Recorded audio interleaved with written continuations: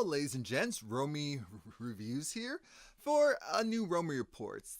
Let's focus on Miss Loughlin and 15 others who face new charges in the college admissions scandal. This is some foolery, if I've ever seen any.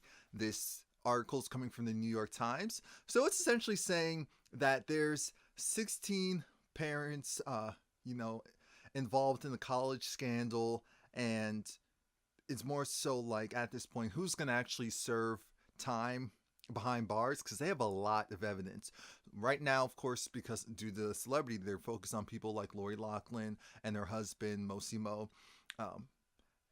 as far as different things like accounts of conspiracy to commit fraud and other money laundering conspiracies, raising legal stakes for parents who have not said whether they would plead guilty in the case. At this point, it's going to go down as the largest ever admissions prosecution. It's uncharted waters. I'm saying that's all cute, that's all great, but I definitely think among things like restitution, because here's part of the problem. There's been at least 40 people that have been charged, and with some of these, like Felicity already pled guilty, but hers was, what was it, like 15,000? So I guess they probably said, look, you just need to go and get this behind you quickly. Lori is more so in the hundreds of thousands of dollars. And now there's also money laundering, because when you do anything with a charity, there's certain tax incentives and tax write-offs that are included with that. And due to that, it then causes a huge breakdown in what extra charges when you're found guilty. And that's what's going on with Lori right now and her husband, due to the fact that money was paid towards charity, and that's how the way of giving back. Huge legal ramifications. And remember, she pleaded, as long as my information is correct, pleaded not guilty.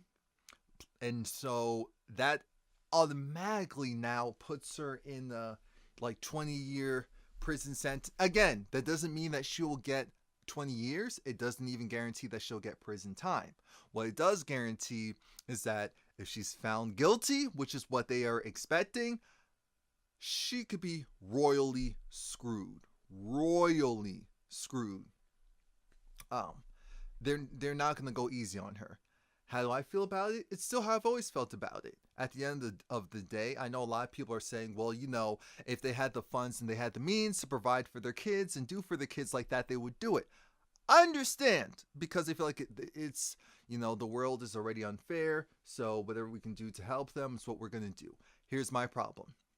My problem is, when you do stuff like that, it's college. So there's only a certain amount of slots open each year for new students to come in. You give it to someone who truly is undeserving, and you block out someone who, even if financially they came from a poor area, or maybe they financially couldn't get into school, there will have been scholarships that would have went to them. There's certain classes that maybe your school is an expert in, and will have helped propel them a lot quicker than if they go to the other schools. And now they can't do that because you wanted your child to go and to this college, even though her daughter, for example, didn't even want to go to college, or at the very least go to a college where she had to work. So now you see why it's real foolery.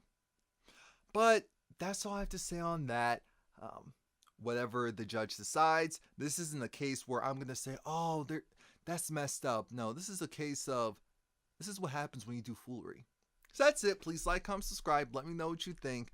And come back next time.